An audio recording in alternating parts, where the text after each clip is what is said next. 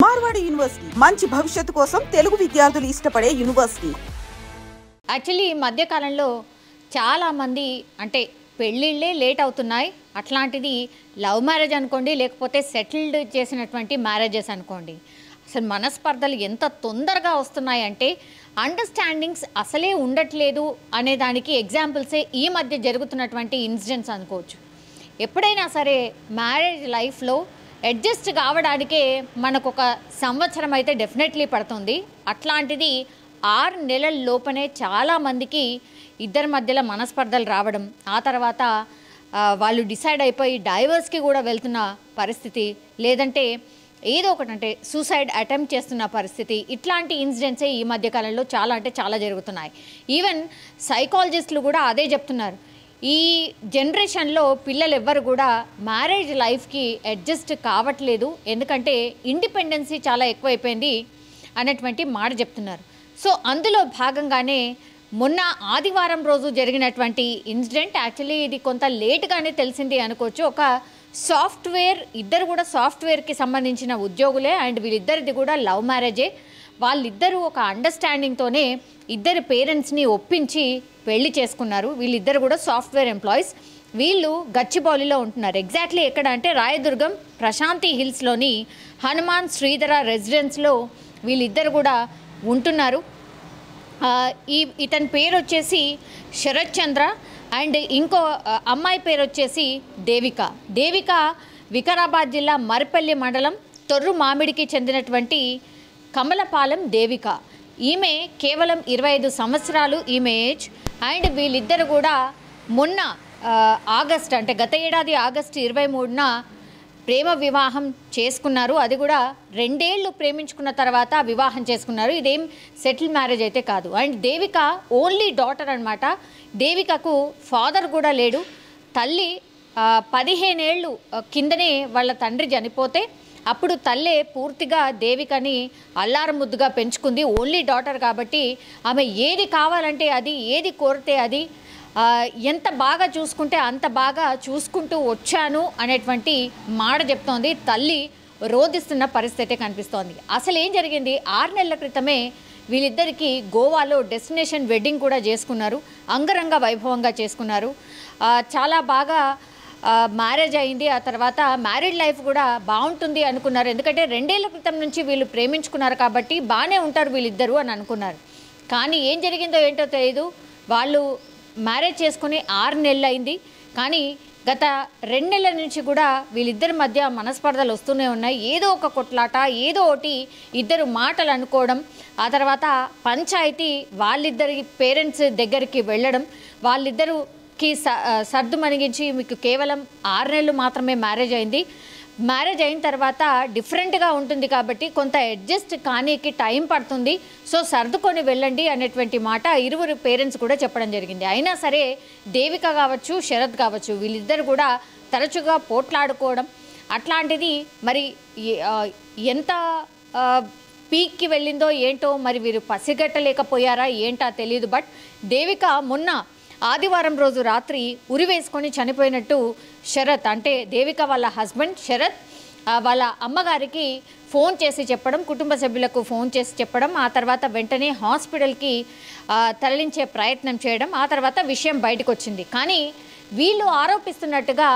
దేవికకి సంబంధించిన శరీరం మీద కొరికినట్టుగా గాయాలు ఉన్నట్టుగా దేవిక వాళ్ళ అమ్మనైతే కంప్లైంట్ చేస్తోంది. ఆమె రోధిస్తున్న పరిస్థితి మాత్రం హృదయ విదారకంగా ఉంది. ఎందుకంటే ఓన్లీ డాటర్, ఫాదర్ కూడా లేడు, చాలా అల్లారు ముద్దుగా పెంచుకున్నాం. అట్లాగే దేవిక ఏది కోరితే అది ఇచ్చాను, ఈవెన్ హస్బెండ్ని తనే సెలెక్ట్ చేసుకున్నా సరే తన ఇష్టం కదా అన్నటువంటిది నేనే ఒప్పుకొని వాళ్ళిద్దరికి కూడా మ్యారేజ్ చేశాం.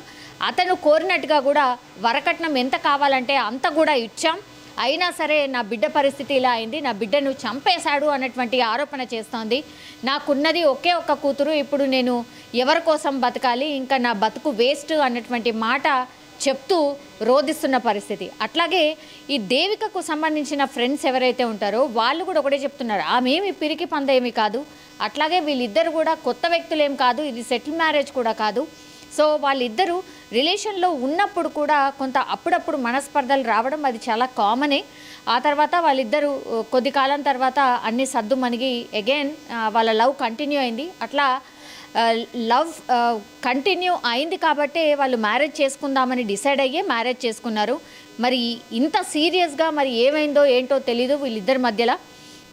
ఈమె ప్రాణాలు తీసుకునే అంత సిచ్యువేషన్ వస్తుందని కూడా మేమైతే ఎక్స్పెక్ట్ చేయట్లేదు. ఆమె అంత పిరికిగా ఆలోచించదు. ఇట్లా సూసైడ్ చేసుకుంటాను ఆర్ చేసుకోబుద్ధి అవుతుందో ఇట్లాంటి మాటలు కూడా ఎప్పుడు మాట్లాడలేదు. మరి అంత కష్టం ఏమొచ్చింది దేవికకు అనేది కూడా దేవిక పేరెంట్స్ అంటే వాళ్ళ అమ్మగారు కావచ్చు, లేదంటే దేవికకు సంబంధించిన ఫ్రెండ్స్, ఈ ఫ్రెండ్స్కి కూడా లవ్ ఇష్యూ తెలుసు కాబట్టి వాళ్ళిద్దరూ కామన్గానే అప్పుడప్పుడు మనస్పర్ధలు వచ్చేవి. కానీ ఆ కొద్ది కాలంలోనే వాళ్ళు సర్దుకొని మళ్ళీ దాని తర్వాత మ్యారేజ్ చేసుకుందామని డిసైడ్ అయ్యారు కాబట్టి 6 నెలల క్రితమే మ్యారేజ్ అయింది అనేటువంటి మాట ఫ్రెండ్స్ కూడా చెప్తున్న పరిస్థితి. కానీ దేవిక బాడీ మీద గాయాలున్నాయి అంటున్నారు. కొరికి చంపేశారు, హింసించి చంపేశాడు. శరత్ అంటే దేవిక హస్బెండ్ని అడిగితే కూడా ఆయన ఏం చెప్పట్లేదు. లేదు మీ కూతురు ఆత్మహత్య చేసుకుంది, ఫ్యాన్కి ఉరేసుకునే చనిపోయింది అనేటువంటి మాట చెప్తున్నాడు. కానీ అది అబద్ధం, వాడే కొట్టి చంపేశాడు అని దేవిక తల్లి ఆరోపిస్తూ రోధిస్తున్న పరిస్థితి అయితే కనిపిస్తోంది. ఇప్పుడు పూర్తిగా దేవిక డెడ్ బాడీని అయితే ఉస్మానియా హాస్పిటల్కి తరలించి పోస్ట్మార్టం నిమిత్తం అయితే అందరూ వెయిట్ చేస్తున్నారు. ఆ పోస్ట్మార్టం రిపోర్ట్లో ఏం తేలుతుంది, నిజంగానే దేవిక తల్లి ఆర్ ఫ్రెండ్స్ ఆరోపిస్తున్నట్టుగా మరి వరకట్న వేధింపులా లేకపోతే ఇంకో కారణమా ఏంటో తెలుస్తుంది. మరి వీళ్ళిద్దరి మధ్యలో గత కొంతకాలంగా మనస్పర్ధలు కూడా ఉన్నాయంటున్నారు. కాబట్టి ఏ రీజన్లో వీళ్ళిద్దరు గొడవ పడేవాళ్ళు, అట్లాగే వీళ్ళ ఫోన్స్లో ఎవరితోనైనా సంభాషణలు ఉన్నాయా ఆర్ వాళ్ళిద్దరు మధ్య జరిగినటువంటి సంభాషణ ఏంటి అనేది కూడా వాళ్ళు ఆఫీస్లో పనిచేస్తున్నటువంటి ఆఫీస్ ఫ్రెండ్స్ కావచ్చు, కొలీగ్స్ కావచ్చు, అండ్ దేవిక ఫ్రెండ్స్ అట్లాగే శరత్ ఫ్రెండ్స్కి సంబంధించిన వాళ్ళ దగ్గర నుంచి కూడా ఇన్ఫర్మేషన్ అయితే తీసుకుంటున్నారు. కానీ అత్యంత బాధాకరం, ఇట్లా చాలామంది లవ్ మ్యారేజ్ చేసుకున్నా సరే మరి ఏం జరుగుతుందో ఏంటో తెలియట్లేదు. ఒక అండర్స్టాండింగే ఉండట్లేదు ఆర్ ఒక బాండింగే ఏర్పడట్లేదు. మ్యారేజెస్ చాలా గ్రాండ్గా చేసుకున్నప్పటికీ కూడా విడిపోయే వాళ్ళ సంఖ్య కూడా చాలా రెట్టింపుగా ఉంటుంది. అండర్స్టాండింగ్గా అట్లా ఉండిపోయే వాళ్ళ పరిస్థితి ఈ మధ్యకాలంలో చాలా వరకు తగ్గిపోయింది. మరి ఎందుకు ఇట్లా జరుగుతోంది ఏంటి అనేది కూడా ఒక పెద్ద చర్చకైతే దారితీసిన పరిస్థితి. కానీ ఇట్లా ఇన్స్టెంట్గా డిసిషన్స్ తీసుకొని ఆత్మహత్యలు చేసుకునే కేసెస్ మాత్రం ఈ మధ్య కాలంలో చాలా అంటే చాలా పెరిగిపోయాయి. ఇదంటే మ్యారేజ్ ఇష్యూ దాంట్లో జరిగినటువంటిది. కానీ చిన్న పిల్లలు కూడా ఎవరైతే మైనర్ పిల్లలు ఉంటారో వాళ్ళు కూడా అసలు ఏమీ లేదు, పరిష్కారం ఒకటే ఆత్మహత్య అన్న దిశగానే ఆలోచిస్తున్నారు. అలా మైండ్ సెట్ అయిపోయిన పరిస్థితి అయితే ఉంది. మరి ఇట్లా ఎందుకు జరుగుతోంది ఏంటి అనేది కూడా ఒక పెద్ద ఎత్తున చర్చ అయితే నడుస్తోంది. కానీ దేవిక తల్లి ఆరోపిస్తున్నట్టుగా మరి ఏం జరిగింది దేవిక కేసులో, నిజంగానే ఇది ఆత్మహత్య లేకపోతే హత్య అనే కోణంలో పోలీసులు అయితే కేసుని టేకప్ చేసి దర్యాప్తు చేస్తున్న పరిస్థితి అయితే కనిపిస్తోంది.